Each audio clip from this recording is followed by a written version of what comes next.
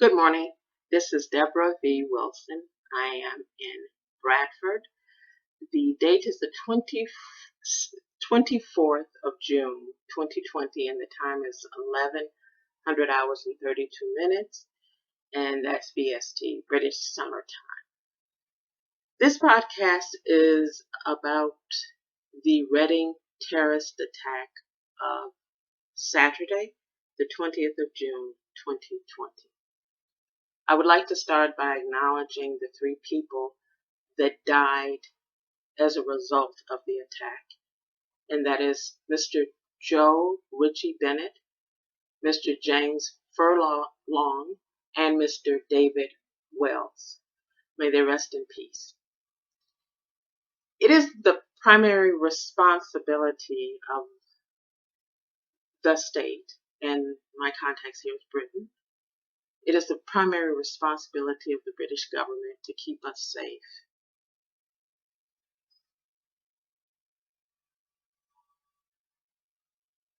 And when an attack like this happens, the public, the general public, understandably questions, is the state living up to its responsibility? Terror attacks do many destructive things to a society. There's the possibility of lost life. There is the chaos that's produced. There is the fear that is produced. And another thing that is often produced is an erosion of trust in the state that is tasked to keep you safe. I've been associated and involved with Britain through my tourism and my activism for over a 30-year period. And over that time,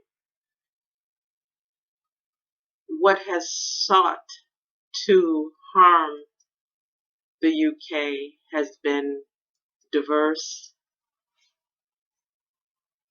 and quite destructive in its many forms. And the people that are left to those of us living are left with a grief, perhaps not the same grief. I would never say the same grief of the people who are the friends and loved ones of people who actually die in terrorist attack. But certainly we are those of us who call this country home left with a grief for those that have been killed, a grief for those that have been harmed, and our own sense of loss about the question of who is this state?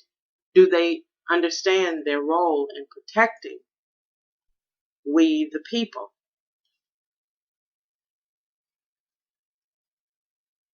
And that makes me think and concentrate and focus on the relational dynamics that we're always in wherever we call home with the state. But at times like an attack or stressful times like COVID-19 are times in which that relationship is both challenged and questioned from the people from a bottom-up perspective. Do you hear what we need? Do you understand what we need? Do you care? With that in mind, and my focus is the UK national security model and relational dynamics, that was Freudian, dynamics around that model.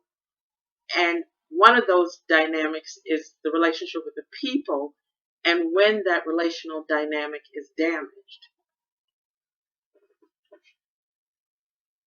So, in putting together this podcast, and my podcasts are always pretty rudimentary. I'm not a graphics person, and still, and I still am a novice with social media. So what I did was I looked for articles to first of all document which the logistics of what happened, and then the state's response. And then I did a sampling, it's very small sampling, of the state would be the top-down response and the bottom-up response would be from the people. And from the people, I included and focused on the press. And with that in mind, I have posted links to an interview with the Security Minister, James Brokenshire, two former Home Secretaries, Lord Howard and Sajid Javid. I also have some posts from the police, counterterrorism police, Thames Valley Police, Metropolitan CTP, counterterrorism police, and of course the Home Secretary, Priti Patel. But it's particularly the comments from the two former Home Secretaries that are the most interesting for me.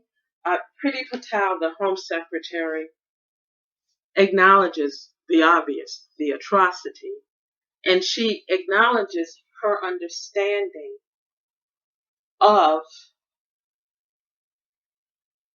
the state's responsibility to keep us safe. So irrespective of what your political ideologies are, the Home Secretary, and this is her patch, her purview, this is her realm, acknowledges that something has to be addressed and something needs to be done. Now, what that something is, right? The Prime Minister speaks as well, Boris Johnson, that he acknowledges. Now, how you feel about that acknowledgement, that's part of the relational dynamics. But he gives voice to the fact that he knows something needs to be said to those of us that are still here.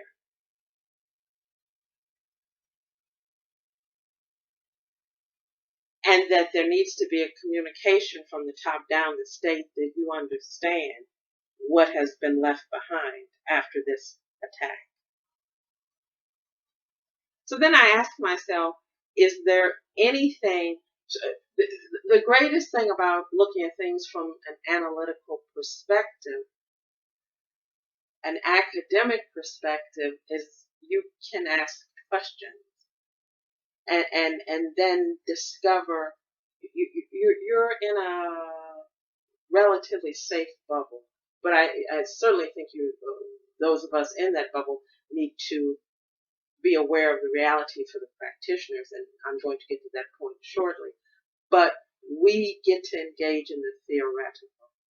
The state doesn't, because it's real time with real consequences. Again, for those of us that are in civil society or looking at the state from an academic perspective, we need to keep that in mind. But nevertheless, the reality is the consequences are different, and that needs to be respected.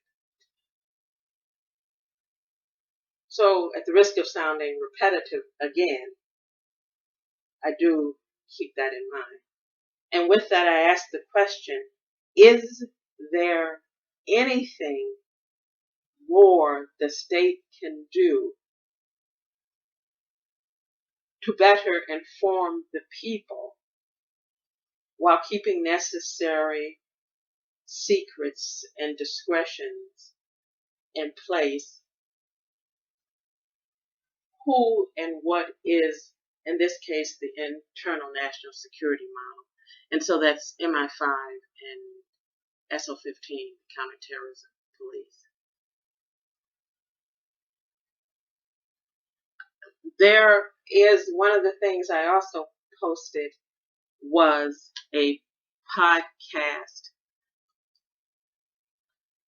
from the former Director General of MI5, Sir Andrew Parker. It's a YouTube video. It's a YouTube video from the Royal Science of Medicine. And at the very beginning of it, he talks about his understanding of his responsibility, what his responsibilities were as the director of MI5. The new director is Mr. Khin Mikkel. And, right, so I'm hemming and hawing now. I would ask you to look at his face as he's talking.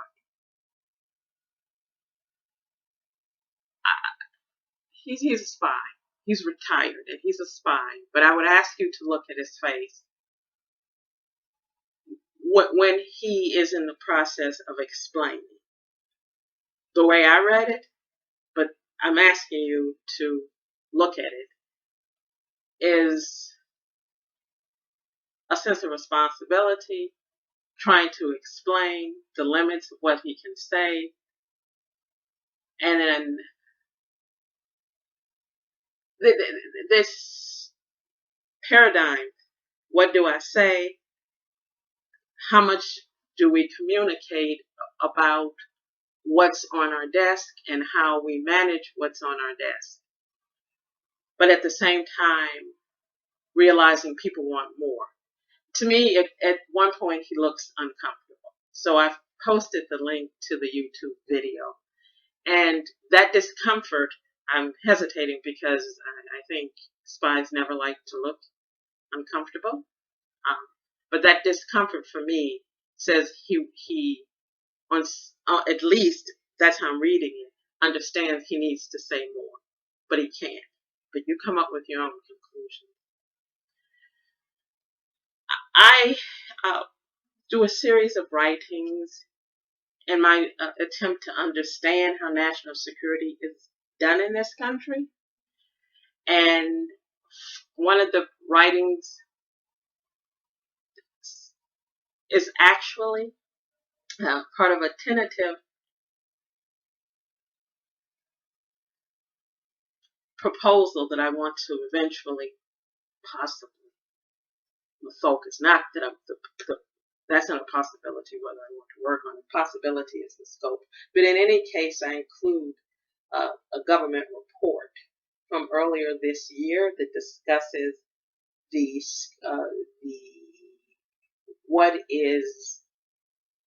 what's on the desk, metaphorically speaking, what's on the desk of MI5, what's under their remit in terms of the number of people they are responsible for watching.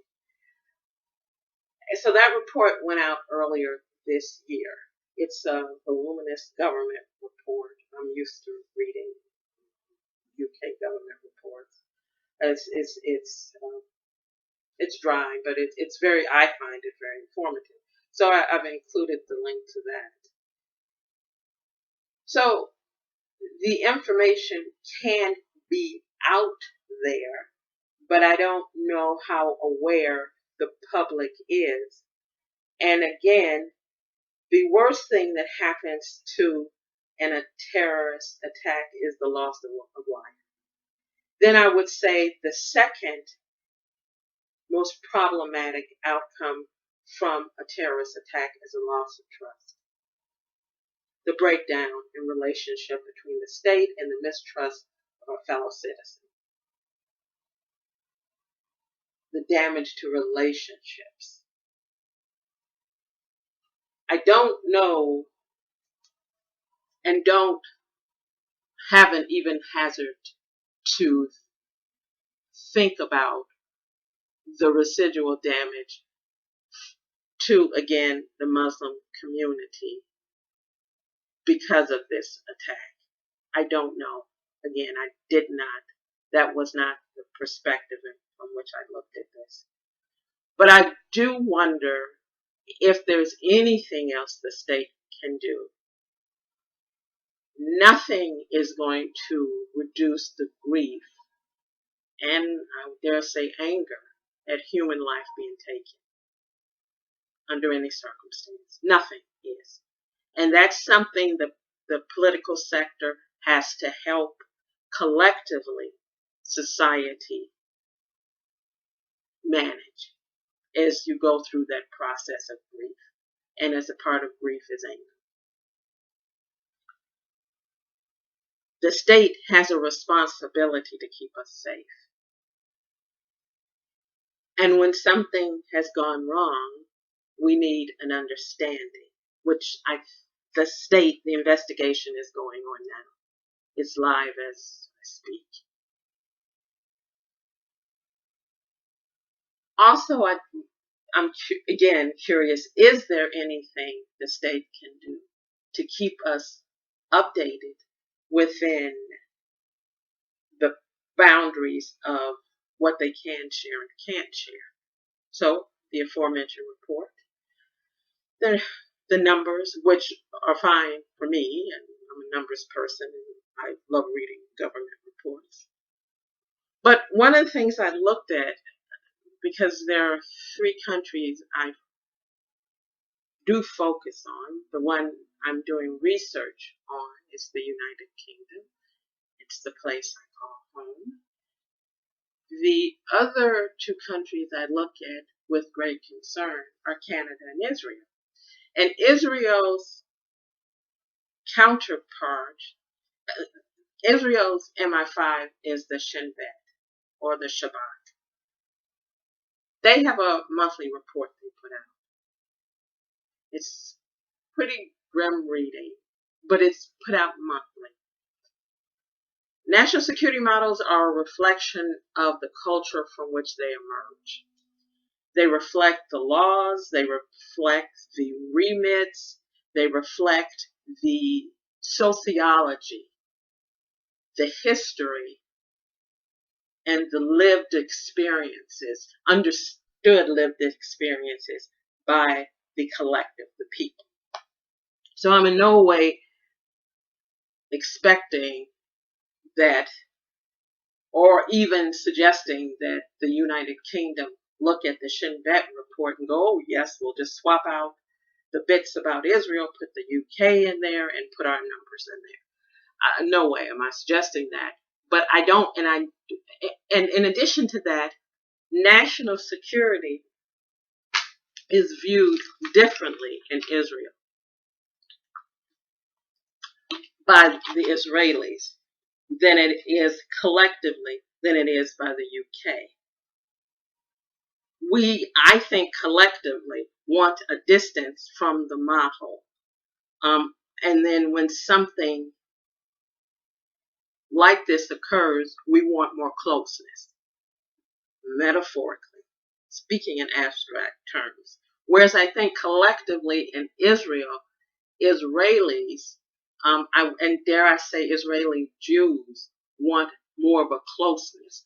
For a time, I lived in Israel in 2017, and I was doing the time I was there were numerous holidays. And at one point, the Prime Minister, Bibi Netanyahu, he was on YouTube, I saw it on YouTube, and he was telling us to go out and enjoy the holidays. It was one day after the other, and it was going to be a long weekend of holidays.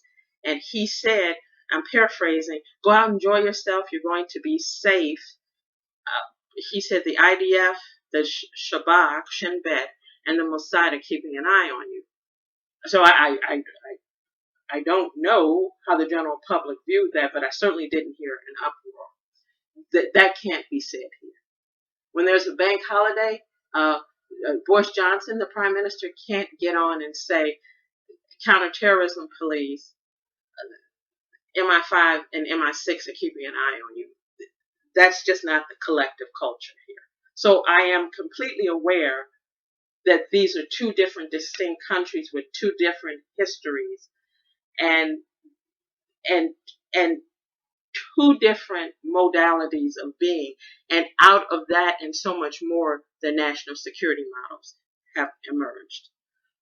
But the question I ask is, is there anything that can be done to greater inform the public of the awareness of the responsibility of the national security model, the practitioners, SO15, MI5, their awareness of their responsibility, and at the same time, a greater glimpse into what those responsibilities look like for them. I'm going to post also a YouTube video from MI5. I've already included one from the counterterrorism police. And I hope you take the time during this very sad period to remember those who lost their lives, remember their loved ones left behind, and to understand collectively the grief and the associated anger we're feeling and how we're managing that in an already difficult time of the COVID-19, the pandemic, and how and what we want from those that are tasked to keep us safe, and that's the government. This is DebraVWilson, and I'm in Bradford. Thank you.